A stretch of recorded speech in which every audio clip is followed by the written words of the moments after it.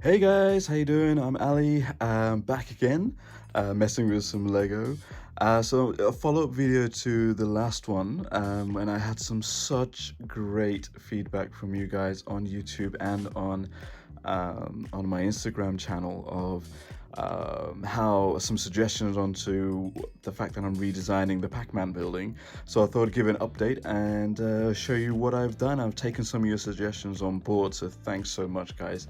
Um, I think the biggest thing is that I've added actual Pac-Man to the building. We called it the Pac-Man building because of Blinky here, but now it really is the Pac-Man building because we've added in Pac-Man graffiti art on the side of the building.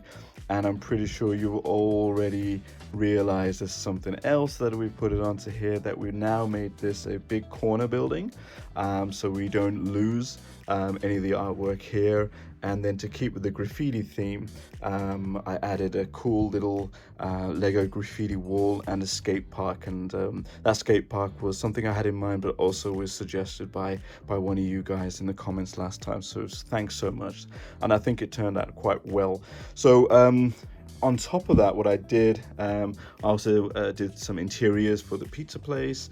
I redesigned the sign, and I think that's much better than what it was before. It probably looked like a swimming pool sign before, but I think that works a little bit better. I'm still trying to get a hang of Lego maths here, but I think it worked out quite well. I changed the windows up a little bit to match the windows up at Pete's apartment. I did some interior work in the arcades, and I'll open that up so you can have a look at that as well. The only thing remaining now is actually Pete's apartment. It's a bit bare bones. That wall is blank, and that's just begging for some more artwork to be put onto here. But what I'll do, let me put the camera down and I'll open it up, and then you're going to have a look at some of the stuff that we've done and some of the close look at the skate park, hey? Okay, so let's have a look at the skate park first before we head into the building. So what I did, I actually built this on a 16 by 32, and again made it modular size so it connects up to the back pins that you can see here. You know, we could have put this onto a 32 by 32, but one, I couldn't be bothered to retile this onto a bigger base plate, and two, at least this gives some flexibility that I can, hey, if I change my mind about this building, at least I don't destroy all of it, and it's more flexible for me to fit around something else. So what we've got on here, I mean, this I built sideways, so using a snot technique. It took me a while to figure out the maths calculations and the ratios of how to fix it on the side, as well as on the base here. It is a little bit flimsy. I mean, it does back up against there, but I do want to make it a bit more stronger. And I've left, as you can see at the back, some areas here quite blank, and I was going to build it up a little bit so this has something, you know, a little bit more stability to fall back on. And the idea there, I was probably going to put some boom boxes or a makeshift DJ there or something like that, as opposed to just, you know, just grey blocks. Every skate park needs a bit of music. That's what's missing here. The parts here are from the recent Skatepark Lego City set that came out recently.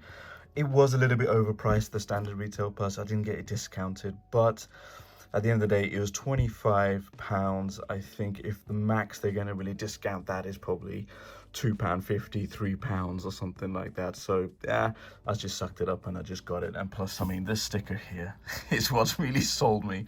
I was toying with the idea of actually having a full half pipe here of this size, but I didn't have another 6 of these, so I thought, okay, let's keep it separate. I had some spares of these ones, added a bit of color in there just to give it a bit of a shine, and I think that works quite well.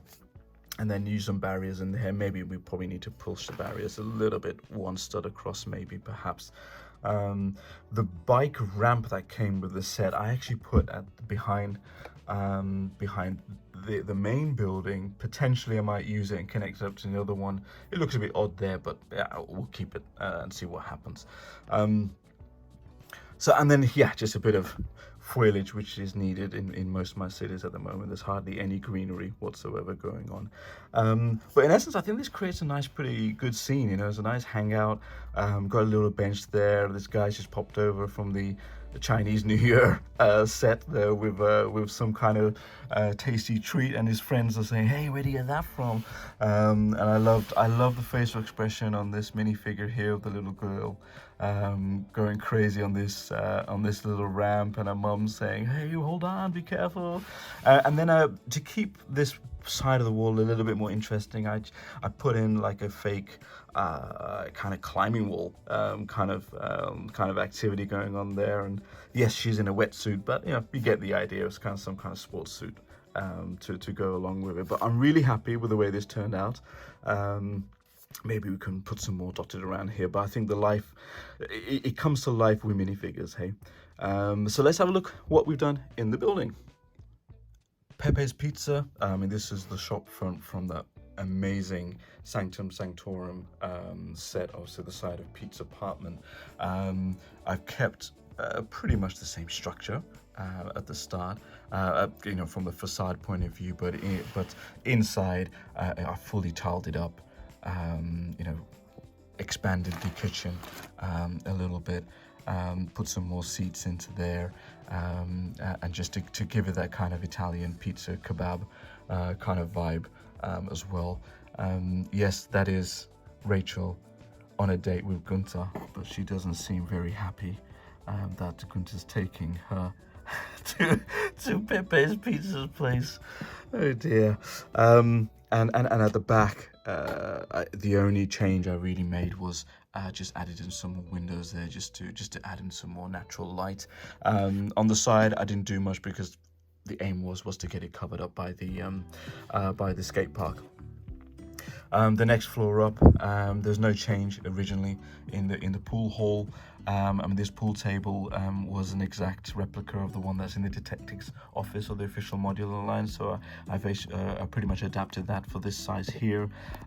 There's a little you know, candy machine here and here because you need candy while you're playing pool, right? I kept it pretty sparse from that sense because I wanted to get a lot more minifigures in so that they can enjoy it. And right underneath the stairs, so you can see it, is where I keep all the cues ready to shoot some pool.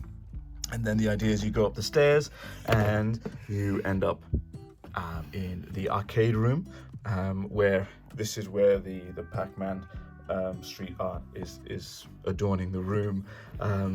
There's some little arcades in there. I'm not the best at designing arcades, but I did my best with the parts that I had, and I tried to get, you know, just classic joystick and one button, a racing game there, and then something, you know, like a missile command kind of game there, and then air hockey, which me and my son absolutely love air hockey. So I try to create an air hockey table and make it nice and bright. I was thinking of putting another machine in here, but I just don't have the space. And rather than keep it cramped, I think it's nice to keep it open and bring it to life with some minifigures, playing some and shooting some pool.